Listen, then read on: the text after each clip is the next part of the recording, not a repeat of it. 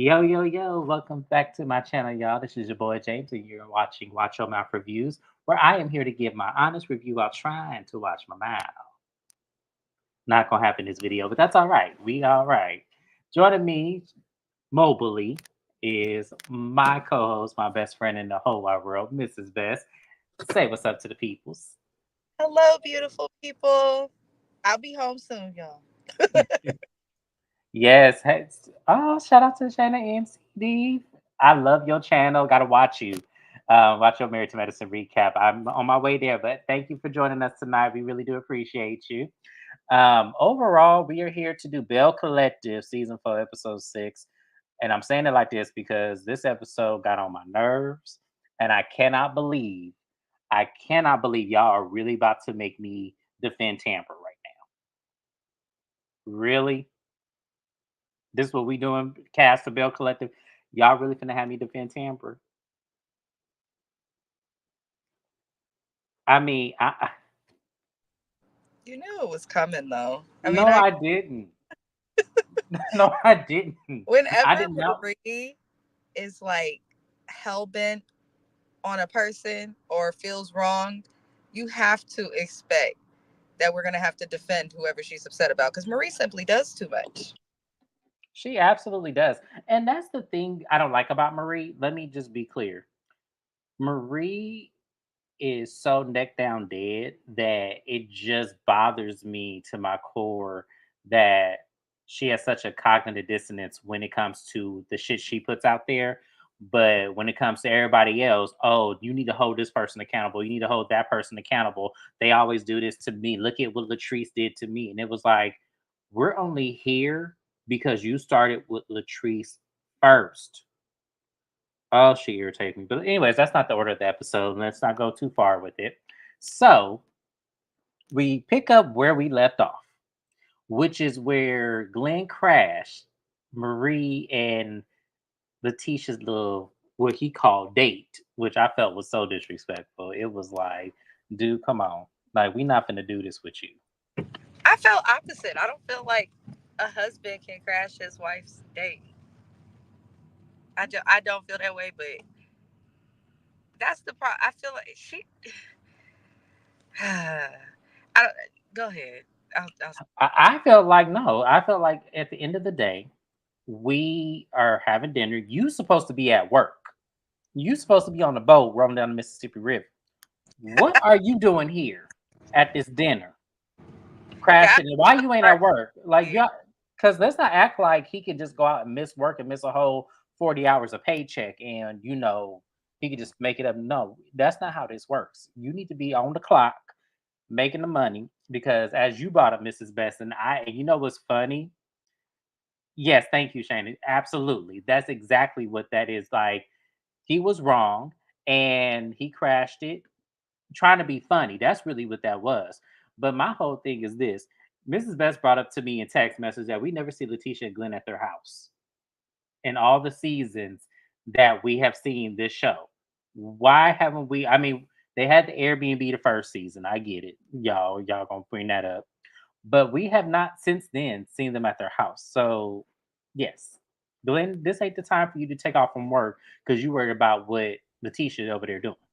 But Marie leaves and then they end up talking and the conversation becomes heated because what we understand about them two is that he's mad because she's not as submissive and just easily just accepting him and all his flaws the same way Latrice does over there with Clifford. So and when Letitia brought that up, it was like he gonna say in his confessional, yeah, I would like her to be more submissive. And it was like, well, here's the thing about you, food. You don't pay the cause for someone to do all of that for you. Glenn is one of those men who thinks that because he has a stable job and can provide, that that's enough. It's like, no, you have to do a little bit more than that for someone to want to submit. It's just weird that they even have to discuss that. I just throw the whole marriage away. That's what I'm saying. Throw the whole marriage away, throw it all. Like I'm not as I told y'all, they get on my nerves. So that in the middle of them in this placement. He gets into his car, and when I saw her bang on that hood, I said, if this don't remind everybody of their old ghetto auntie and uncle that be up in there fighting just on purpose, like I know y'all got to have family members like this, cousins, aunties, uncles.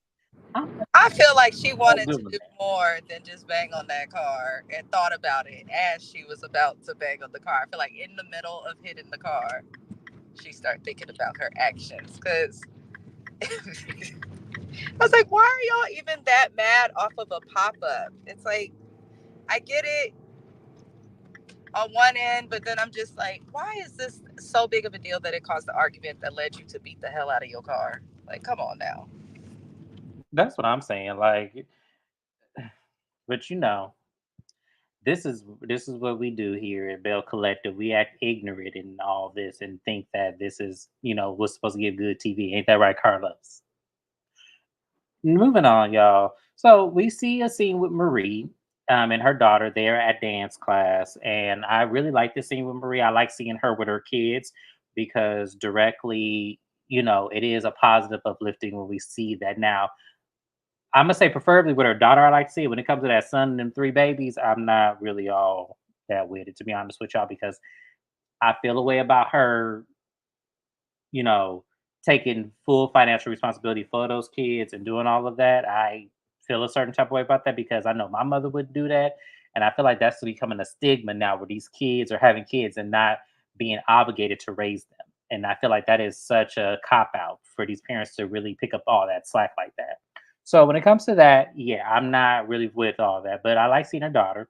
In the midst of her daughter and her, Marie dancing, Marie's mom walks in. And I said, oh, we actually go see Miss Lula. Okay. Oh, wow.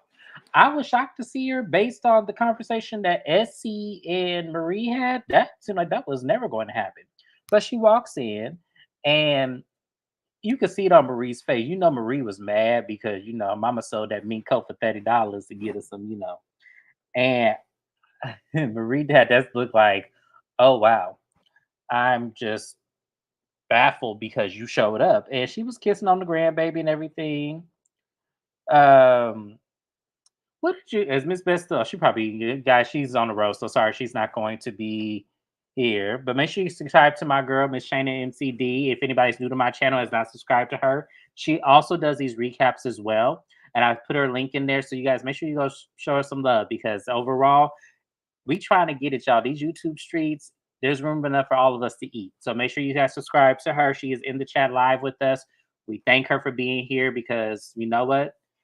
I appreciate any YouTuber that shows me love or anybody that shows me love and wants to continuously be on my channel and watch my content.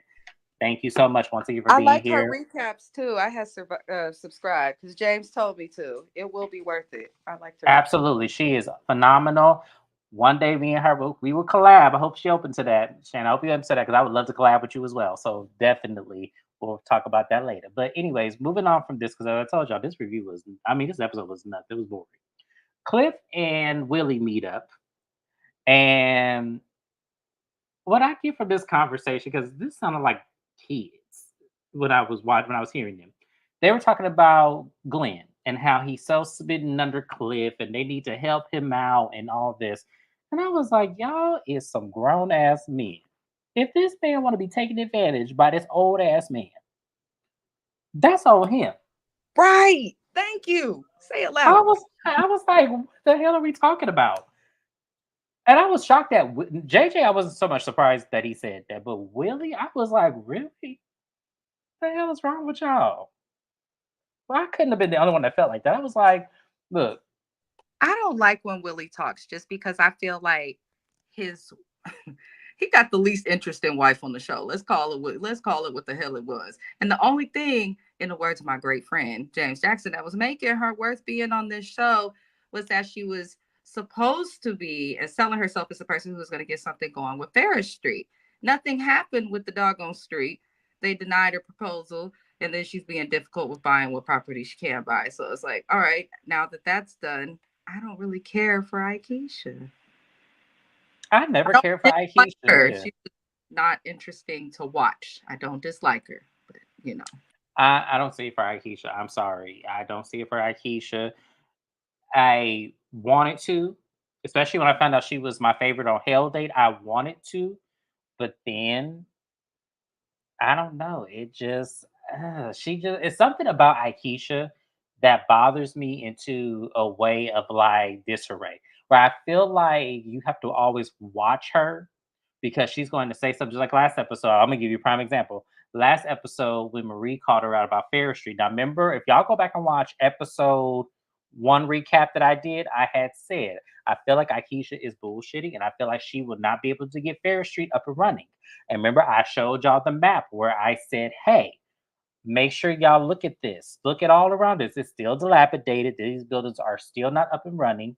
I said all of that. So to see it actually play out that way and to see Aikisha then try to double down and try to throw Letitia under the bus saying she couldn't do it and my name is Aikisha, this Letitia, and all this little rigmarole that she was doing, it makes me mad. So no, I don't like Aikisha for that reason. I felt like she came on way too strong. It felt like she was just untouchable. And it was like, man, no, you are very much repressed like the rest of them. You wouldn't be on the show if this was the case. So yeah, I don't like Aikisha. But moving on from there, JJ decides he's gonna throw this 70s themed party. And by the time we get to this party, everybody was off course because no one really came on assignment. I mean, Willie and Aikisha tried, but it was like, ooh, okay, throw them back in the closet and burn them. But we go to this barbecue, and everyone starts to arrive, with the exception of Cliff and Latrice. They were not invited. And when Glenn asked them, "Where's Cliff and Latrice?" and so Gucci said, "Oh, I got rid of I didn't press send on the invite, so they won't be coming." And I said, "Sophia, Shantae, now you know they're gonna run back and tell Glenn, well, especially Glenn. He gonna run back and tell Cliff and Latrice what you said. Why would you even do that?" Like, ugh, she just irritates my soul, y'all. I swear I don't like Sophia Shantae either. But the party goes on. Tambra arrives, and they all sit at a table. And this gave Tambra and Letitia a moment to talk.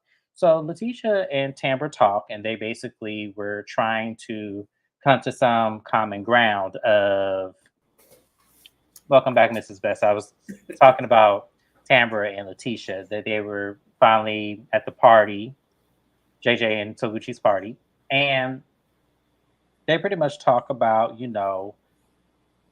where they went wrong with meeting with that man, her Letitia and Marie, which for me was wrong, y'all. I'm sorry, I have to defend Tambra on this one. That was overstepping so many boundaries for me because y'all shouldn't have even did that. But the fact that y'all did that anyway and just made this all apparel to go ahead and just be evil and conniving the way y'all did, I wouldn't see it for y'all. I wouldn't take anything. I wouldn't accept an apology from any of y'all. But they talk about that and Letitia apologizes. And at this time, Marie gets there. So Marie walks in there, she sits down, and but basically what ends up happening is Letitia fills Marie in on what the conversation was, and then tells her, we do you have anything you want to say to Tamara? Marie just turned her head and started eating her food. So, and Tamara was like, "Well, I ain't got nothing to say either." And then they were like, "Come on, y'all, this is grade school." And I said, "Funny you should say that, Letitia. Funny you should say that." Letitia and Maria are the least accountable people on this cast. You went to do something, like you said, conniving and unnecessary. I mean, you are the definition of someone having the time. And I don't understand how you call people a liar and get mad at people for doing the same stuff that you do, Marie. And then Letitia, your little lapdog. I'm And sick I of mean, that's what she looked like at that table with that wig on. It was like she's like a poodle. It was like, you know what? I'm sick of you, not a Letitia. poodle. She did. She got on my nerve. And Mario said, "Okay, I didn't know that Tambra and the man dated when we met up. I just assumed he knew Tambra, just had some information." And it was like, even if you thought that was bad enough still. But when you found out you dated the man, you should have. When she dated the man, you should have ended the conversation because you don't know the context. And that's what I think people are missing about this. When people say, "Oh, I believe Marie about this situation," I don't think that man is lying. I believe some of what that man is saying, but at the same time, it doesn't matter whether what he said was true or untrue. What we're talking about is someone actually making the effort to collect information from somebody who has, in one terms or another, hurt that individual that they're trying to collect information on. That's what we're trying to get people to understand. Because a lot of people were really looking at this like, well, Tamber knows she did it. Tamber know that man ain't lying. It's like it doesn't matter whether if he's lying and telling the truth. They shouldn't have did that. Point blank in the period. So it got around that after, going back and forth, Tamara gets upset and is heated. And remember, Tamara is pregnant, y'all. And the only person at the table who knew that she was pregnant was Aikisha. So Aikisha goes to calm her down. And I'm just like, y'all, first off, all y'all people that are trying to defend Marie in this bullshit, because there's some of y'all that are, and it's scary. It's scary that y'all would defend Marie in this fuck shit. The only thing I'm gonna give Marie is I did agree with her when it came to Letitia wanting her to always be apologizing and accountable. When it's like, Letitia, I need you to take those two fingers you're pointing at Marie and point one of them at you, Mm. because you need to be accountable as well. It ain't just Marie, it's you too. Because some of that stuff, I felt like outside of Latrice in this situation, I feel like Marie really did not owe anybody else no apologies. She don't owe Aikisha no apology for that situation. A damn sure don't owe her that. I feel like she don't owe Glenn an apology because I feel like they're ragging on each other. So it's like, no, I'm sorry. I don't agree with that. Yeah. So that was pretty much the episode, y'all. Ain't nothing else really much happened on this episode that I really felt like was in need of talking. I know we had a little scene at Latrice's salon that wasn't really worth bringing up. So, you know, it is what it is. But anything you want to add, Mrs. Best, to this recap of almost 20 minutes? No. I'm gonna keep watching and hope these old bitches grow up. And we said what we said, y'all, because they do. This is starting to get really ridiculous. But that was it, y'all. It was a filler episode. I don't know if Belle Collective will be back this week because it is Christmas weekend. I didn't see anything on my side that said they were coming on. So, but once again, Belle Collective surprised because they came on Thanksgiving. So we'll see. But further than that, like, comment, subscribe. We're going to head over to Real Housewives of Potomac. Y'all not going to miss James's theater. So y'all make sure y'all came on in there. And we're going to recap it. So thank you guys for showing up. Once again, y'all subscribe to all of our channels, including my girl Shannon MCD. She is the real truth, y'all. I love her channel. We right here with it. She stopped by for a little bit to, entertain us and be in a chat with us. I appreciate her so much for that. And you guys subscribe to her channel. Anybody who is wanting to see the same contents, you know, we all have it there. We have it for y'all. It's already available. Thank you once again. We'll see you guys on Real Housewives of Potomac. See you guys.